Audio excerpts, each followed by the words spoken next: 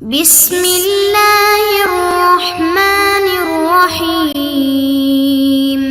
السلام علیکم معزز طلباء کرام، آپ سب کیسے ہیں؟ آج ہم تفسیر بیضاوی کے سبق نمبر 60 کو پڑھیں گے۔ آج کے ہمارے سبق کا عنوان ہے دیگر اقوال۔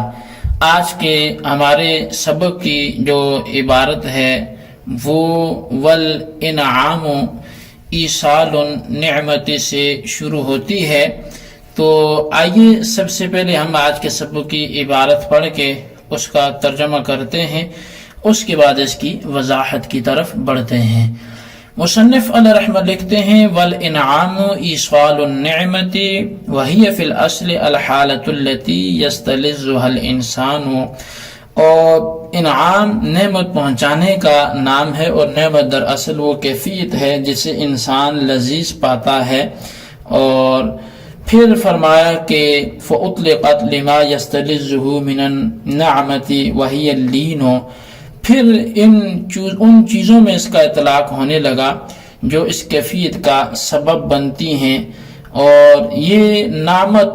سے ماخوذ ہے، نعمت بمعنی نرمی کرنا۔ وَنِعَمُ اللَّهِ وَإِنْ كَانَتْ لَا تُحْصَىٰ كَمَا قَالَ وَإِنْ تَعُدُّوا نِعْمَةَ اللَّهِ لَا تُحْصُوهَا، اور اللہ تعالیٰ کی نعمتوں کے افراد اگرچہ بے شمار ہیں، جیسا کہ ارشاد باری تعالیٰ ہے کہ اگر تم اللہ کی نعمتوں کو گننا چاہو تو شمار نہ کر سکو۔ تنحصر فی جنسین، تو پھر بھی وہ نعمتیں جو ہیں وہ دو جنسوں میں منحصر ہیں، دنیاوی و اخروی۔ ایک تو دنیاوی نعمتیں ہیں، دوسری اخروی ہیں۔ والاول قسمان، اور اول یعنی دنیوی نعمتوں کی دو قسمیں ہیں، وہبی و کسبی، وہبی اور کسبی۔ وہبی قسمان، اور وہبی کی پھر دو قسمیں ہیں، روحانی کنفخ الروح فیہ و اشراقہ بالعقل وما یتبعہ من القوا کالفہم والفکر والنطق۔ اور ان جو وہبی کی دو قسمیں تھی، ایک روحانی ہے جیسا کہ روح کا پھونک دینا اور اس کو عقل سے، اور عقل کے بعد جو قوائے باطنہ حاصل ہوتی ہیں ان سے روشن کرنا جیسے فہم و فکر اور نطق۔ اور دوسری جو قسم ہے وہ جسمانی ہے، کتخلیق البدن والقوى الحالة فیہ والہیئات العارضة له من الصحة وکمال الاعضاء۔ اور دوسری جو ہے وہ جسمانی ہے، جیسے ڈھانچے کو پیدا کرنا اور ان قوتوں کو پیدا کرنا جو اس ڈھانچے میں پیوست ہیں، اور ان کیفیات کو پیدا کرنا جو اس بدن کو عارض ہیں، یعنی صحت اور اعضاء کا کمال۔ جی طلبہ کرام، یہ تھی ہمارے آج کے سبق کی عبارت اور اس کا ترجمہ۔ تو لہٰذا آئیے اب اس کی باقاعدہ جو توضیح اور اس کی جو تشریح ہے ہم اس طرف بڑھتے ہیں اور دیکھتے ہیں کہ مصنف علیہ رحمہ آج کے سبق میں ہمیں کیا سمجھاتے ہیں۔ تو سب سے پہلی بات یہ کہ گزشتہ سبق میں ہم نے عبارت پڑھی تھی قیل الذین انعمت علیہم سے، تو اس کی وضاحت پہلے کر لیتے ہیں کہ مصنف علیہ رحمہ یہاں سے الذین انعمت علیہم کی مراد پر گفتگو فرما رہے ہیں۔ اس کے بارے میں تین قول ہیں۔ ایک قول جمہور کا ہے جس کی طرف قاضی صاحب نے مومنین و مسلمین کہہ کر اشارہ کر دیا۔ جمہور مفسرین یہ کہتے ہیں کہ الذین انعمت علیہم سے نبیین، صدیقین، شہداء اور صالحین مراد ہیں۔ ان کی تائید میں آیات قرآنی اور حدیث پاک ہے، اولئک الذین انعمت علیہم، کہ وہ کہ جن پر اللہ تعالیٰ نے انعام کیا وہ من النبیین والصدیقین والشہداء والصالحین ہیں۔ اور تائید کی وجہ یہ ہے کہ اللہ تعالیٰ نے اس آیت کے اندر انہی چار قسم کے لوگوں کا منعم علیہم ہونا شمار کرایا ہے، لہٰذا صراط الذین انعمت علیہم میں بھی چار قسم کے لوگ جو ہیں وہ مراد ہوں گے، اس لیے کہ قرآن کا بعض قرآن کے بعض کی تفسیر ہے۔ اور حدیث یہ ہے کہ حضور علیہ السلام نے الذین انعمت علیہم کے بارے میں فرمایا تھا کہ ہم الملائکۃ والصدیقون والشہداء ومن اطاعہ وعبدہ۔ اس میں تائید اس طریقہ پر ہے کہ حضور نے صدیقین اور شہداء کو صراحتاً بیان فرمایا،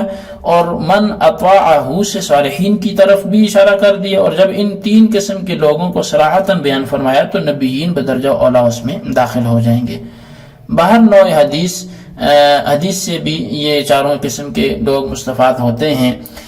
بعض صراحتاً اور بعض التزاماً۔ دوسرا قول یہ کہ الذین انعمت علیہم سے انبیاء مراد ہیں، اور ان کا استدلال یہ ہے کہ یہاں منعم علیہم مطلقاً ان کو ذکر کیا گیا ہے، اور جب مطلقاً انہیں ذکر کیا گیا ہے تو اس کا جب بھی مطلق چیز ذکر کی جاتی ہے اس کا فرد کامل مراد ہے، اور انبیاء کی جماعت منعم علیہم کے افراد کاملہ ہیں، لہٰذا انبیاء تو مراد ہوں گے ہی۔ تیسرا قول یہ ہے کہ تحریف اور نص سے پہلے جو حضرات موسیٰ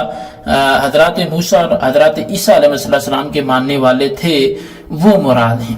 اور دلیل یہ ہے کہ غیر المغضوب علیہم والضالین سے نسخ کے بعد والے یہود و نصارہ مراد ہیں، تو ان کے مقابلے میں الذین انعمت علیہم سے وہ یہود و نصارہ مراد ہوں گے جو نسخ سے پہلے تھے۔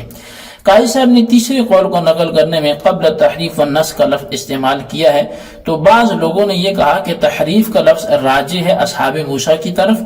اور نسخ کا لفظ راجع ہے اصحاب عیسیٰ کی طرف۔ تو اس صورت میں مطلب یہ ہوگا کہ منعم علیہم وہ اصحاب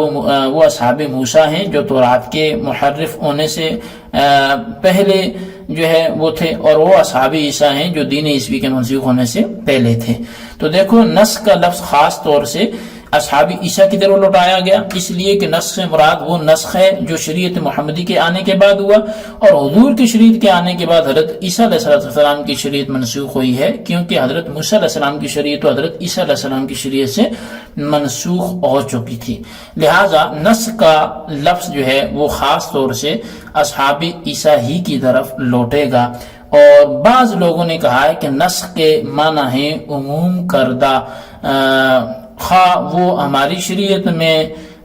سے ہو یا شریعت عیسوی میں سے۔ پھر تحریف و نسخ کا لفظ دونوں کی طرف متوجہ کر دو، اس لیے کہ تحریف جس طرح تورات میں ہوئی ہے حضور کی آمد کے بعد انجیل میں بھی ہوئی ہے، اور نسخ جس طرح شریعت عیسیٰ علیہ السلام کا ہوا شریعت موسیٰ کا بھی ہوا، اور جب دونوں میں ہوا تو پھر کسی ایک کو ایک کے ساتھ خاص کرنے کے کیا منع ہے۔ خیر یہ تین قول تھے، قاضی صاحب نے آخر کے دو قولوں کو قیل سے بیان کر کے ان کے ذوف کی طرف اشارہ کیا ہے، اور وجہ ذوف یہ ہے کہ قرآن پاک کی تفسیر کا بہترین طریقہ یہ ہے کہ ایک مجمل آیت کی تفسیر دوسری مفصل